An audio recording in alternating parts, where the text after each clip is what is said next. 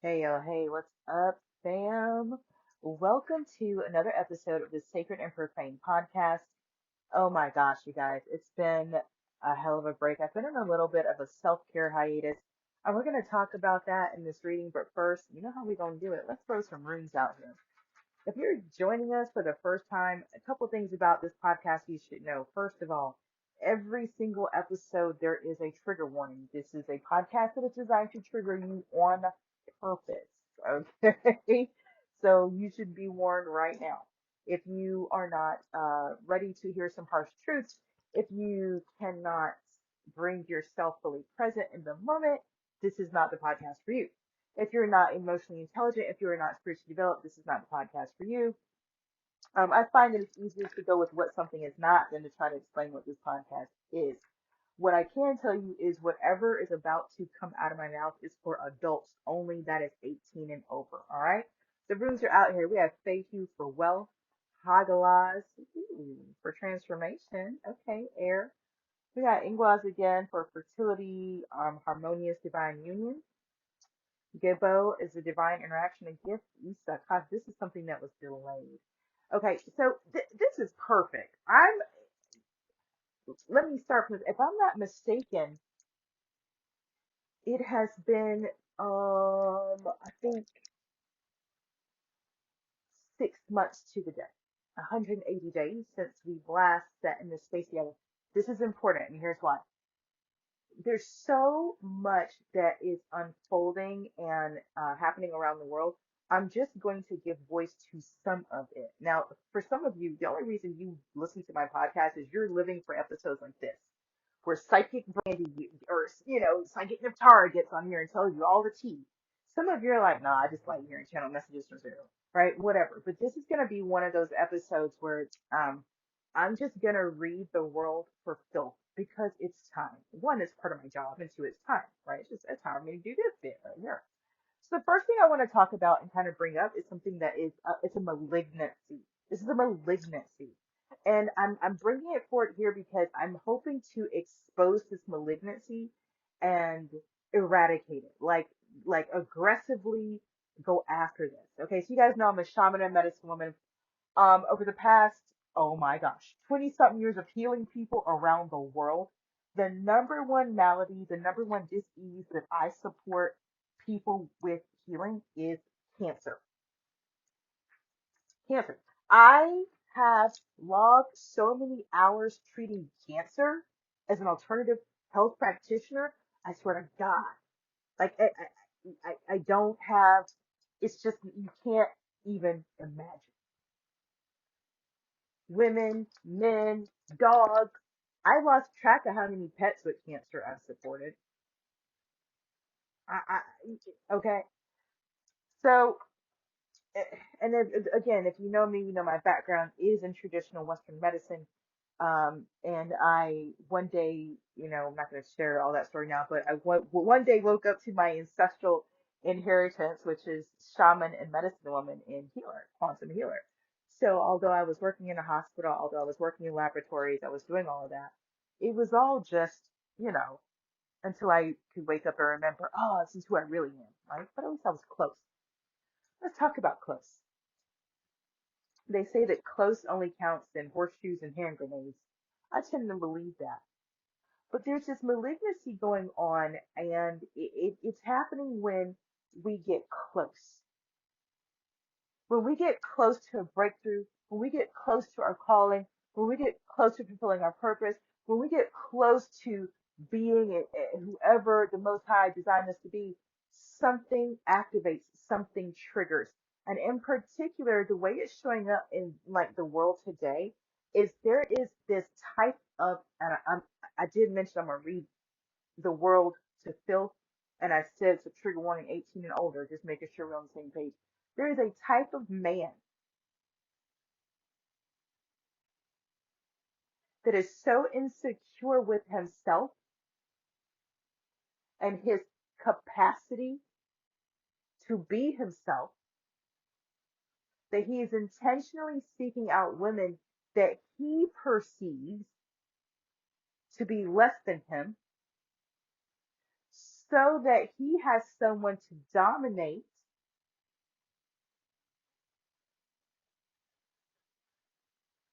and fulfill that circle of self-immolating validation.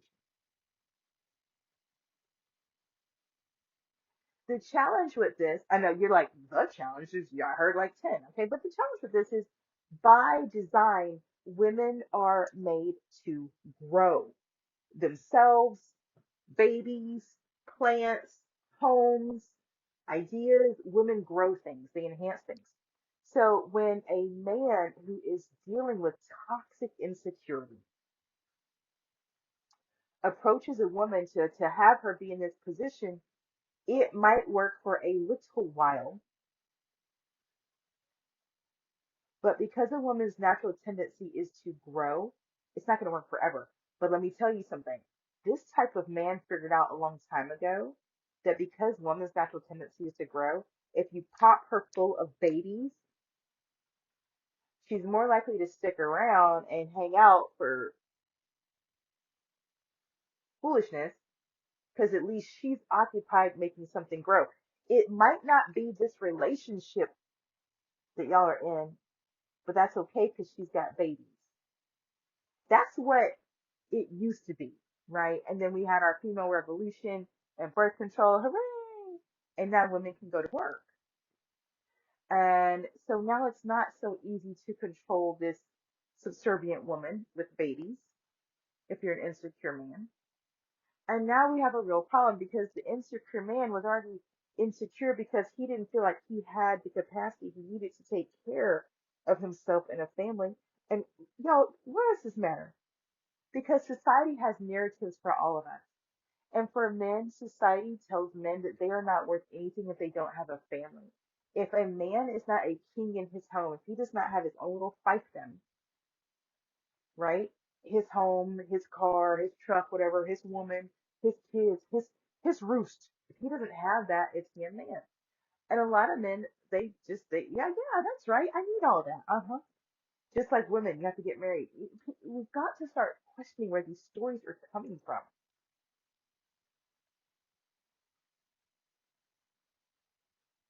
I was listening to a dating coach earlier today, and he said something that really, it punched me in the gut, and I love him immediately for saying it because it's a truth I've been living for years, but people keep saying this lie, and I'm like, that's a lie. And then he said it.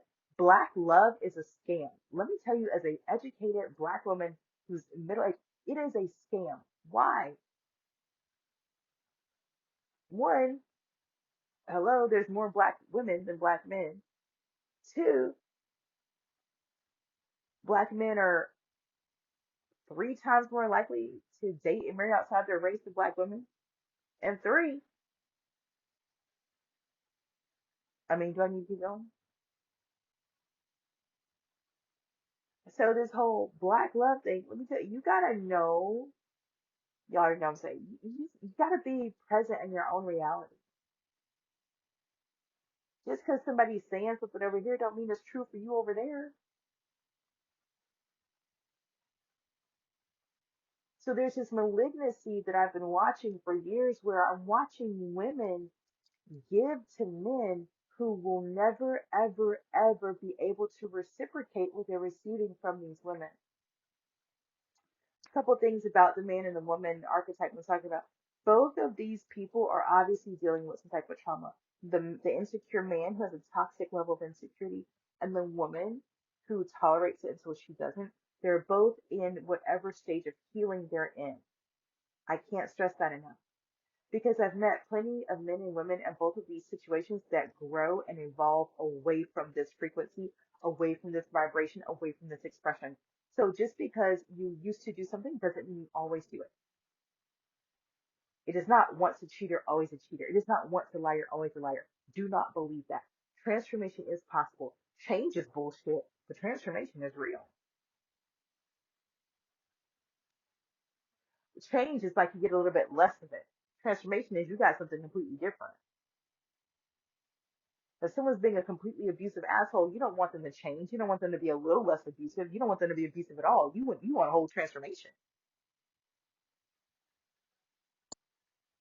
I'm not here to point finger at men or women. That's not what is happening. What I'm pointing to is there is a malignancy. It's predicated upon insecurity. Because insecurity is activated in our childhood. Y'all know what I'm going to say. It's just shadow work. Like by now, you guys do know shadow work, right? So a couple things about this. Yeah, I'm not done reading everybody's filth yet. Um, let's talk about shadow work and why it matters.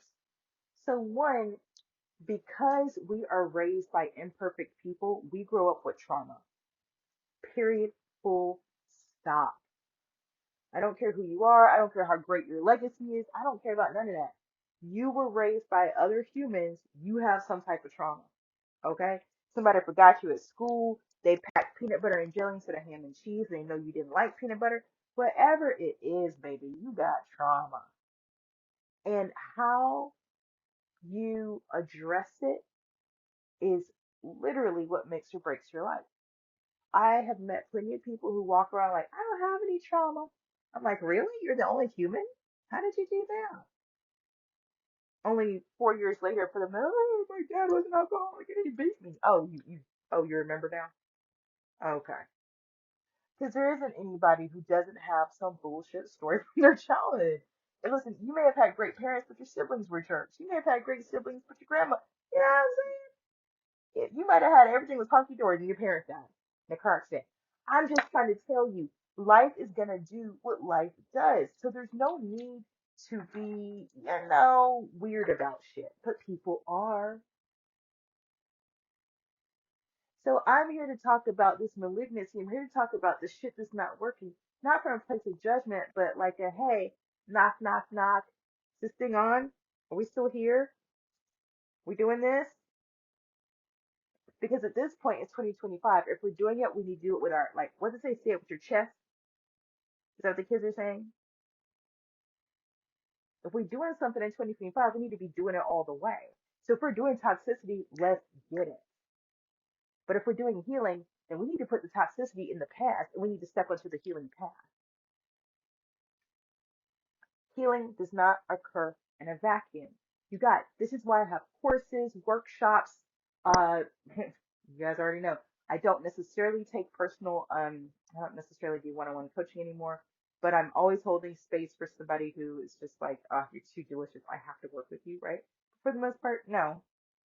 We're doing group work now because healing does not occur in a vacuum.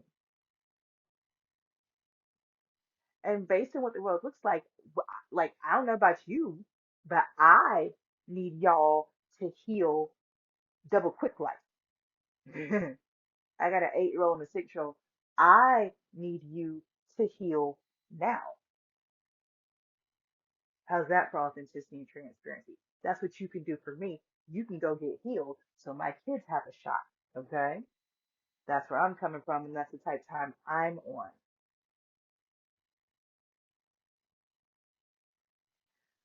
This unwillingness to unpack our childhood trauma. Let me tell you something.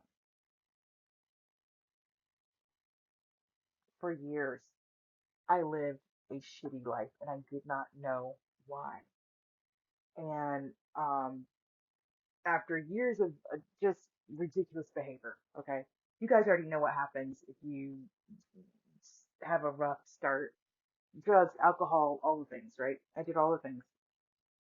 And then I became like a full grown adult.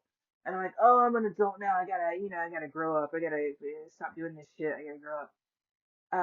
But stopping is hard sometimes, yeah? So for me, I dealt with a lot of things, but in particular, there was one thing that was very hard for me to stop, and that was alcohol. I had my first encounter with alcoholism when I was 15 years old. That's 30 years ago now. And I went to my family at the time, and they did not handle it well, but in hindsight, they handled it exactly how they meant to, okay? But needless to say, because of how they did choose to handle it, I dealt with alcoholism again in my early 20s. Okay. And both times I was using alcohol as a coping mechanism. Something shitty would happen, I'd pop a drink. And this started at 14. By 15, I was gripped by alcohol. Gripped by alcohol. I could not go to my 10th grade classes without drinking alcohol. And I don't mean like, I'm 15, so I'm drinking liquor out of the bottle. You guys got to get, you know what I'm saying? I got that shit cleaned up, graduated high school, went to college, barely made it through college because I was a pre-med major, remember? So now I'm out of school officially and I'm working in the hospital and alcohol's back. It's too easy. Now I'm old enough. It's sold on every corner. I'm studying to be a doctor. If there's one thing doctors have is alcohol. One thing you can count on us for in the medical profession is to get a little litty, a little lit. Okay, we like to get a little litty. So it's really, really normalized. And you guys, I was working NICU and PICU at a children's hospital. So like my whole first week, I couldn't eat food. I was not used to seeing that number of children die, to put it bluntly. And I remember the nurse administrator, and I was working with her. She laughed. She's like, "Oh, it's still your first week, huh? You'll get used to it." And that's how they were at this hospital on my floor. They're like, "Oh, well, like, yeah, it took me like 2 weeks to not throw up, but I got it." I'm like, "Huh? What? Huh? What you say?" You guys, I knew that I wanted to be a doctor when I was 12 years old. I'm 22, sitting in the halls trying to figure out, am I gonna make it home? I am exhausted. I'm tired. I have zero appetite. And what my job consists of is being the grief counselor for parents of kids who have sustained some type of traumatic injury or terminal illness. That was my job remit. So if your 9-month-old baby got brought into intensive care with a broken pelvic bone, I'm the person who spoke to you and asked you, has your child been under your direct supervision for the past 24 hours? I got to ask those questions, okay? If you had a baby and there was something going on with your child at birth and we have to keep your child after delivery 3 days, 3 months to monitor, I'm that person that you talk to. Every time you come to see your baby, you have to talk to me. I get to check in with you and how you doing. You had to leave your new baby here. How's that going for you? Just to give you a little background. I left hospitals and I went to corporate, started dealing with cultural transformation, applied psychology in corporate settings. This is really big in sales and marketing departments. Don't forget, at Bank of America, Abercrombie and Fitch, American General, like I've worked with some really big names when it comes to corporation stuff. My leisure domain is psychology, backed up with the biology. So when I tell you, like, there's no judgment here. This is something that we really want to get, like, oh, we wake up, we brush our teeth. Like, every human wakes up in the morning and has to take a piss. Do you understand what I'm saying? We want to get mental health in our bones like that. I woke up, I took a piss, I brushed my teeth, I took a shower. It's something. It's certain things that we just do because that's just what we do. Mental health has got to become one of those things that we do because it's what we just do.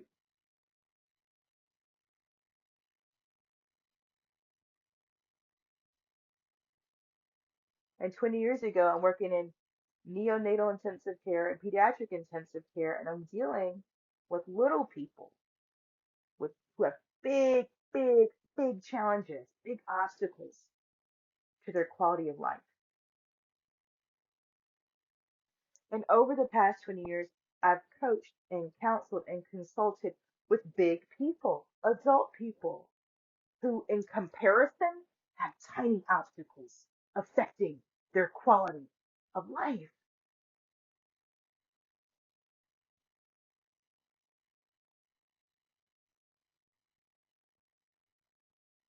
But walking up and down the halls of that hospital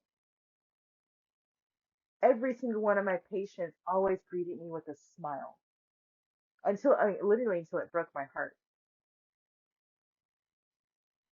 And I think if you troll around on Facebook, you can probably 20 years find some pictures of me from 20 years ago with a shaved head. And I have a shaved head because all my patients had no hair because my babies had cancer. So I shaved my head too, right? Like, hey, we're in this together. I see you. And they appreciated that. I've always been who I am. This is not,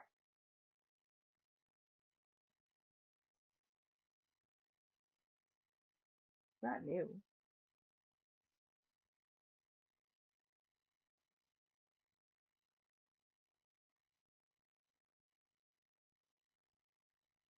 There is this conversation that the Most High is like, it's like in the periphery. Like, so we talk throughout the day. There's this main conversation that's there for God right now, and it is around what God intended, right? So there's like this, there's what God intended, and there's what people have done, and there's God's response. And right now we're living in God's response to what people have done with what God intended, okay? So part of this episode where I'm very strongly urging you to take your mental health on, to do your shadow work. This is God's response to what people have chosen to do with what God intended. Collectively as humans, we've gotten so far away from our original design, and it's been for so long that the only way back is shadow work. We will not be able to follow each other. I can't stress that enough. I'm watching people fall left, right, and center. Y'all, I thought 2020 was bad. When they hit us with that shit in 2020, I watched some good people just, drop like flies. It's way more intense now. We've got AI, nanotechnology. It's just I'm watching people listen to AI and think it's real and then run back to their life and try to make and shape and recreate with something that is artificial. So I gave this example, I think this was a reading. Oh yeah, yeah, yeah. Okay. That reminds me, YouTube Niftar Grace 144. You can find me on mediumchat.co.uk online if you want a personal reading by the minute. It's mediumchat.co.uk. The company is out of the United Kingdom. You'll get over it. I didn't find an American company I liked when it came to serving you guys online in that way. If you want a personal reading with me and you don't want it by the minute, right? You're like, no, no, no, I know I'm gonna need an hour or more now. Jump on my website, neftargrace.com, look under work with me, and you'll see all the links to book astrology reading, personal reading, whatever you want, tarot reading, all that kind of stuff is there, right? But free tarot readings daily, that's on YouTube, right? You've got your podcast here. This is also free. Spotify, Apple Podcasts, Podbean, wherever you can find it, there it is. But if you want to go deeper with me, so many ways to do that. Just click links until you find me. I'm quite lookupable at this point. I've been around for a while. Right. But back to this thing, yeah. Um, there's this original blueprint that we all had, and it's been perverted, and it's continuing to be replicated, spliced, perverted. You know, listen, I don't know what y'all think bioengineered food is. Like, I don't know what y'all think they're doing. It's like, oh my god. But I was saying earlier, like between the nanotechnology in the air and the nanotechnology in our food, we're literally being reconstructed. Like an artificial reality is being woven and created right in our midst, and we're allowing it. And I don't think there's anything wrong with that. I just we want to acknowledge it and be responsible for it. Because what humans have a tendency to doing is making a mess and then it falling in their mess and be like, oh my god, hey, look, this pile of shit here. But you did, human. That's what you did. But I think we also understand that the more we see AI come online, I think we can sense there is a split here. there's a bifurcation of those who are like AI and then those who are like, I don't think so. Here's where I'm going with this. Y'all, I know somebody who actively refuses to go to couples counseling, relationship therapy, relationship coaching. I don't give a what you call it, a workshop. I know someone who refuses to do anything like that around personal relationships. And yet,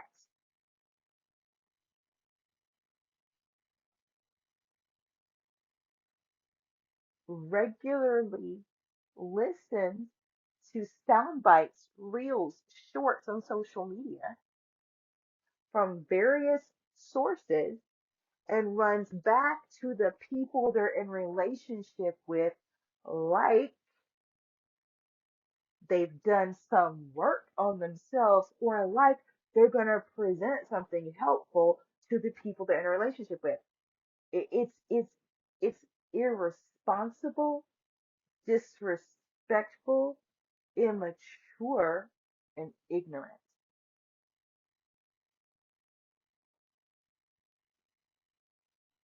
to refuse professional support for something that is as valuable as an interpersonal relationship, yet to trust the health and the future of that relationship to a 2-minute clip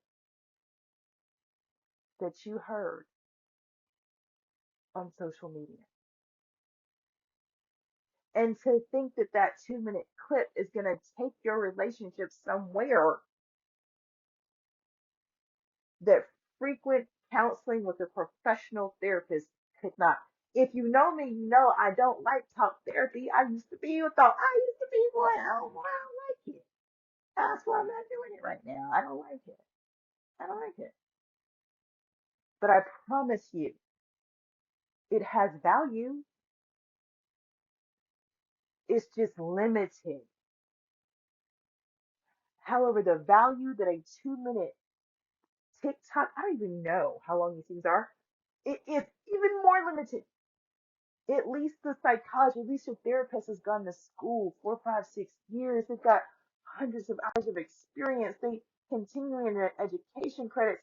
And listen, most psychologists want to know the truth about people like us. I count myself in this number.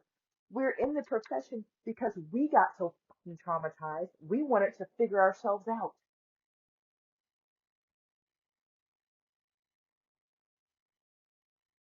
Psychology is like shadow work, light. It just deals with shadow work from a mental point of view.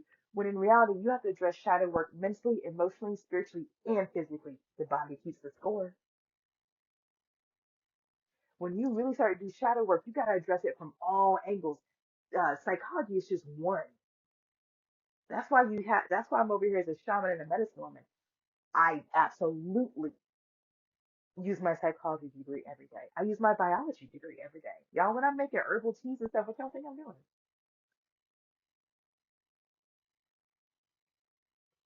But that's just physical and mental. There's still emotional and spiritual. And we have to mature in every area. And right now, we're still head over heels, literally pun intended, for AI because we're overdeveloped mentally and underdeveloped spiritually, underdeveloped emotionally.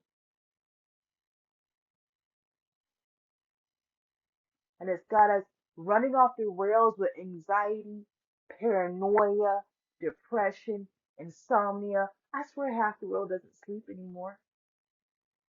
Don't know how. Too plugged in. I love technology, by the way. I was an early adopter when I was younger. I'm not anymore. I use technology every day in a limited, grounded way. I manage technology. It doesn't manage me. This is important because there are people in your life around you right now choosing to live in a digital space instead of in a real space with you. They're choosing to relate to you through what they heard on YouTube, what they heard on Instagram, instead of what you said to their face. It's important because if you have children like I do, part of your mission, part of your challenge now is to teach your child how to authenticate. That's the word of the year, people. How to authenticate information, people, opportunities. Because for every real, legitimate, actual experience, there is going to be a virtual, digital, fake one. This comes down to love, to money, all of it. So, this malignancy that we're seeing when it comes to relationships is essentially people being tricked into fake relationships,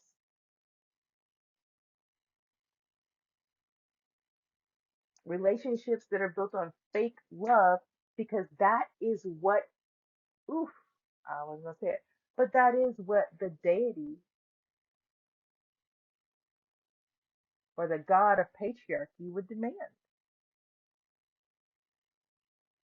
Who cares if it works or not? This is how I'm getting what I want. Keep sacrificing soul after soul after soul on the altar of fake love. Keep doing it. Now you know the Most High is a God of real love.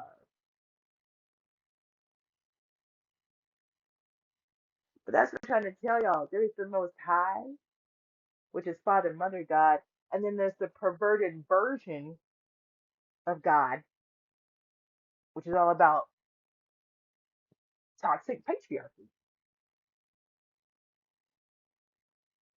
True light, false light, real, fake, authenticated, not authenticated.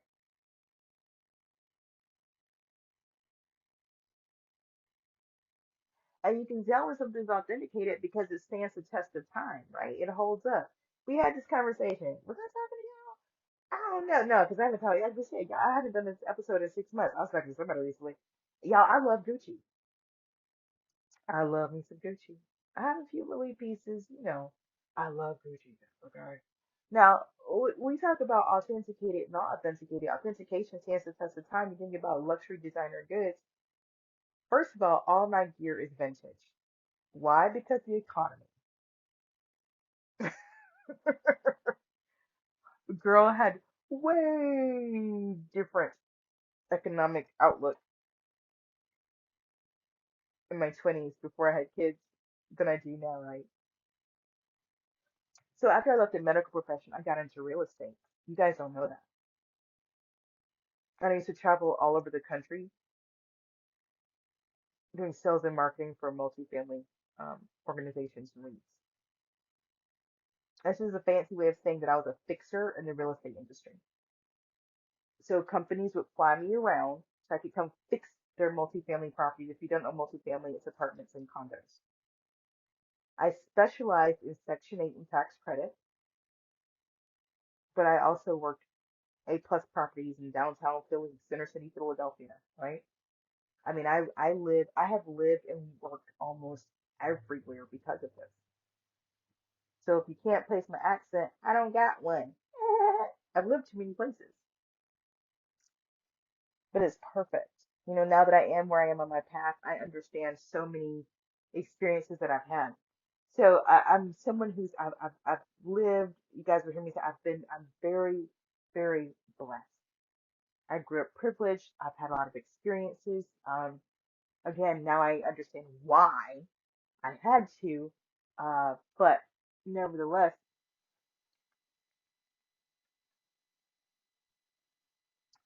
I've seen some things. I've learned some things, and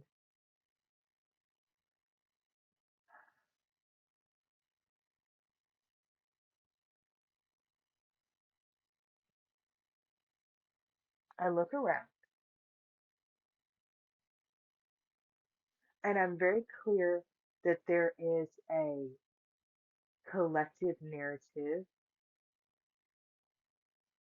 in my country, and I'm in the US. And then I look around my local area, and there's a local narrative and a regional narrative, and there's all these narratives.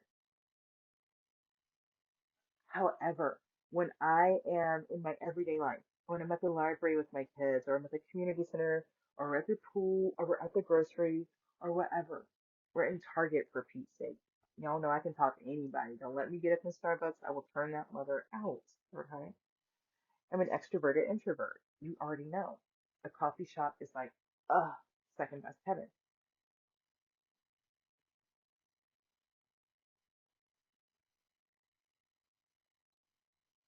People are not present. There's a chance that if you check in, you are not present. I don't think there's anything more important for you to do right now than to cultivate presence.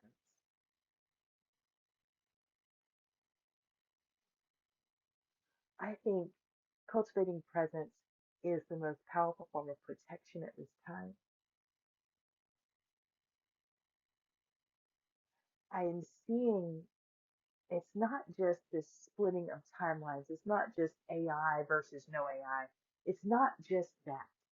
It is that it's like the XY axis, okay?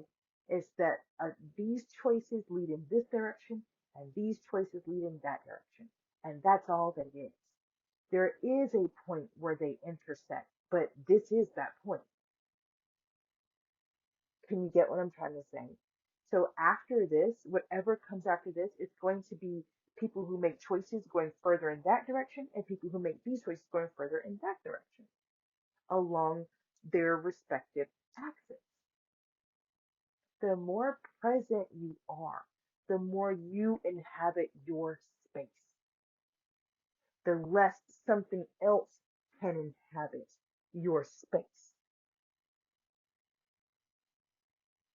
Why does this matter? Because thanks to all of this technology and people making choices, there have been doors to realms opened that have been shut for a long time on purpose. And modern man has now began to engage with ancient and archetypal forces that he absolutely does not understand, except for through mythological stories. But yet he has unleashed these beasts into these modern streets. And my friend, you were not taught how to deal with it. You don't know what you're dealing with. You think it's that person at work. You think it's that person you're dating. It is not. As a reminder, the Christian Bible says, for we wrestle not against flesh and blood, but against rulers of wickedness and darkness and spiritual forces that cannot be seen. The malignancy is something you cannot see. It is an entity, an attachment that is hopping from body to body. And if you think that sounds crazy, you've never dealt with a narcissist.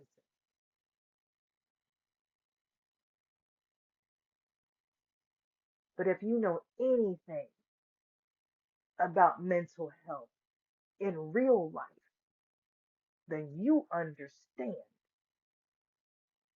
when I tell you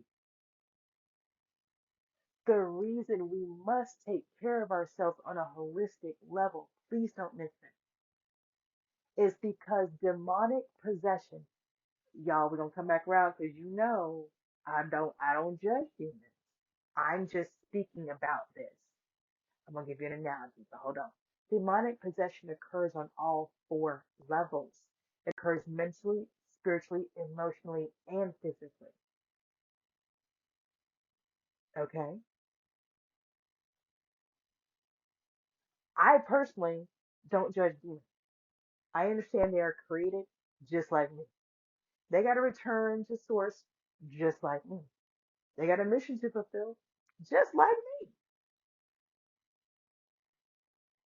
And just like me, They are where they are in the hierarchy on the totem pole of spirituality.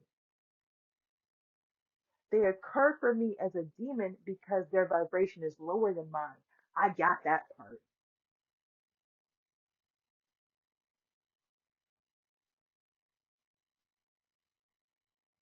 Just like I got if their vibration was higher than mine, they probably wouldn't occur as a demon to me. So I don't judge them. I'm just saying. It's no different than something that scared you when you were 5. It's not scary to you when you're 15. Spirituality is the same way. The spirit world is the same way. There are demons out there because of where you are spiritually. Your spiritual ranking, they're bigger and badder than you. You know what I'm saying? You're scared of them.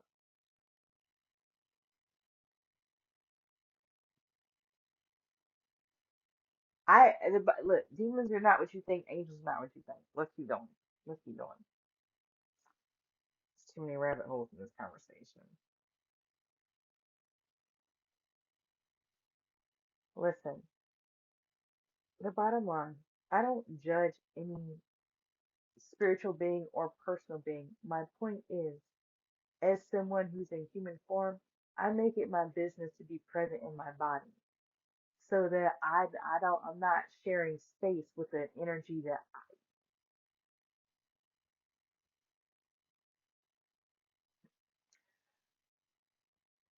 because I understand how these things work, I also don't put myself in situations where an energy that doesn't align with what I know to be true for me might try to attach itself to me.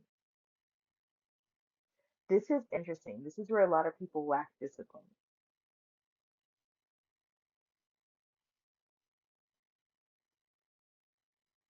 I understand. But let me put it like this. This is too deep. But if you thought there was a flesh eating virus being passed around, wouldn't you stay your ass at home? Okay. Well, some of these low vibe attachments are soul eating viruses. And y'all just be out here in these streets. Like, what are you doing? Go home. Go home. There's some gremlins out here. Go home. Don't get it up now. And that's what I'm saying. Like, if we gonna do toxicity, let's do it. But if we gonna do healing, we need to heal. Because until we heal, we all sitting at home. Ain't nobody get to go outside. Because outside got ran over with gremlins. And let me tell you something. I wish that was the truth. In 2020, outside was ran over with gremlins. 2025, too many gremlins done found a home out here in these streets in y'all's bodies.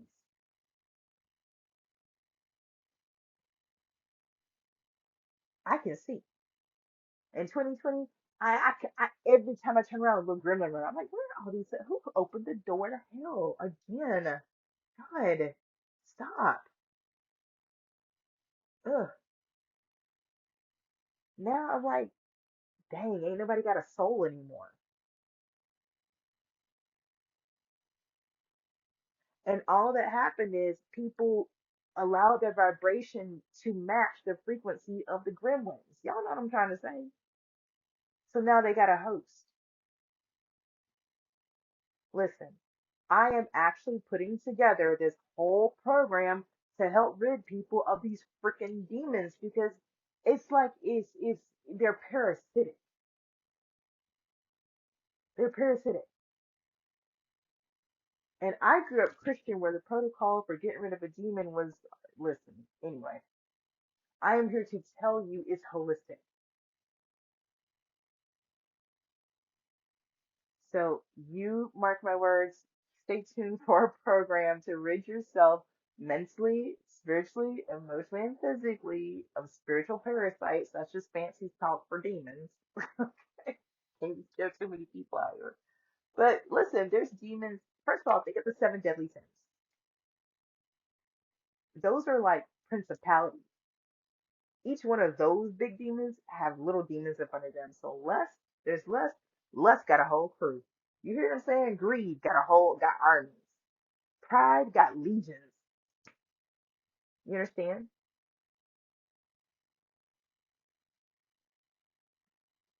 The seven deadly that's like seven continents, seven realms of hell, seven layers, right? Dante's Inferno. Come on now. But there's so much more than that. The spirit world is so much more complex than that. So when you begin to think about how you manage yourself, how you manage your energy, how you manage your environment, how you manage the people around you, how you manage, and then you remember, hey, you know what? The only thing I will ever be able to control is myself. And if you don't know where to start, I promise you, it sounds silly, but it's so easy. Start the seven deadly sins. And if you don't know what you're shooting for, that's easy. Go over to Galatians and look up the fruits of the Spirit. I am not asking you to become a Christian. I'm asking for your life to be amazing. These are two different things.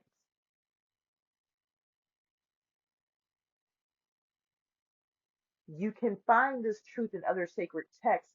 The Christian Bible just happens to, in this particular instance, spell it out so eloquently. It seems much more efficient for you to start there.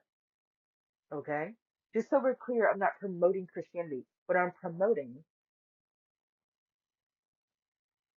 is humanity's thriving. Over the course of this podcast, it is the sacred and profane podcast. You're going to hear me encourage you to check out sacred texts from every walk, every culture. Please don't get it twisted. That's a part of what makes it so triggering. I'm asking you to step outside of your comfort zone and consider something new. So you have to be emotionally intelligent to listen to this podcast. That's not for shits and giggles. That's a real disclaimer. If you're not emotionally intelligent, if you haven't done any shadow work, you will feel attacked word after word. Ask me how I know. 99% of the people on this planet feel attacked by me when I walk in the room before I open my mouth.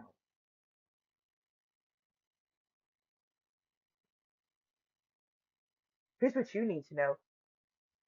That's not new. I'm aware of my being on other timelines. Some people would say past lives, but I don't believe in the future and the past. It's just all the eternal now. But I can see, and I see myself in other expressions, and I am alone. Not because I want to be, not because there's something wrong with me, but because my energy clears the room when I walk in.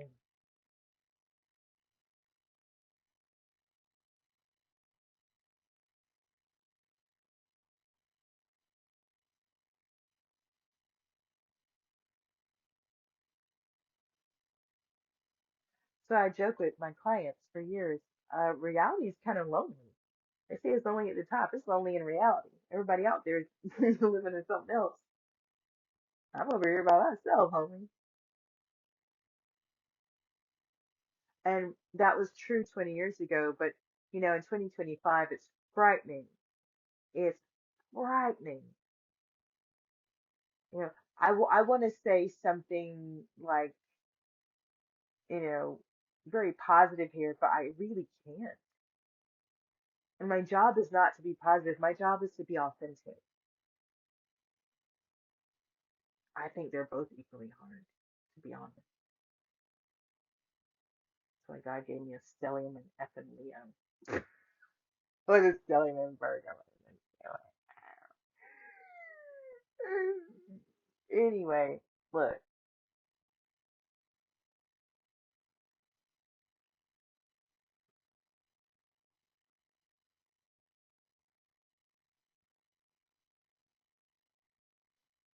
yeah, I really feel that. I really feel the grip of this shift. You know, it really is like 98% of people are not um they're not living intentionally. And I think that we are not ready for the impact of that, but we are living it. But because we're not ready for it, we're not present to what we're living. But we're living it. It was weeks ago I was talking to somebody and I said, listen, I had a vision. There's about to be um mass how do I put it? I said something with water. There's gonna be a mass exodus, mass evacuations. I don't know what this is. I can't get my finger on it, but I feel it. I can feel it in my periphery. And then, last night I see the thing about, tsunami watch, and I'm like, oh shit, oh shit, oh shit, oh shit, oh shit. And I'm one of those people. I've been saying for 25 years, water's coming, water's coming. One of those psychics, right? That's me. And I'm sitting here now, like, how many of us are on the planet? Damn. How many of us are behind the wheel? Shit. And here's what you want to know. You might not want to hear it, but here's what you want to know. It's okay.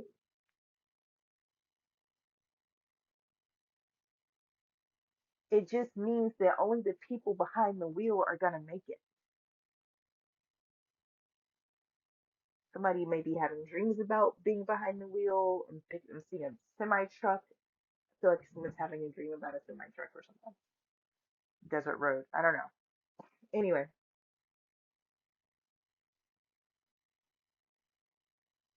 yeah, y'all be present. Intentionally manage yourself holistically.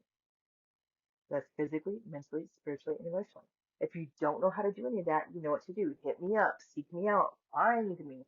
If you don't want to work with me, work with someone else. Just take care of yourself. This is the way to fight this malignancy, this willingness to settle for trauma and suffering as normal. Y'all know I've been saying for 20 years suffering is trendy. Well, guess what? I'm sick of it being the trend. I've been bucking the trend by myself for lifetimes. And I'm tired of being alone and bucking the trend. So I am asking you ever so politely, will you please join me? Will you stop living a fake as fuck life and come join me in reality, please? I know it's not glamorous. I know it's uncomfortable, but you will live and you will thrive and you won't have to suffer.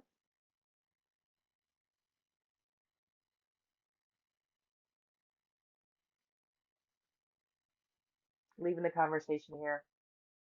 So good to be back with you all. As always, I hope that despite all of the times you may have been triggered, that you were able to pause and sit and bring yourself forward in this conversation, really exploring where are you in this conversation.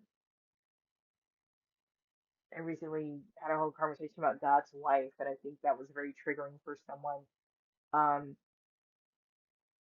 my intention, my purpose, my mission is to trigger you into thinking for yourself.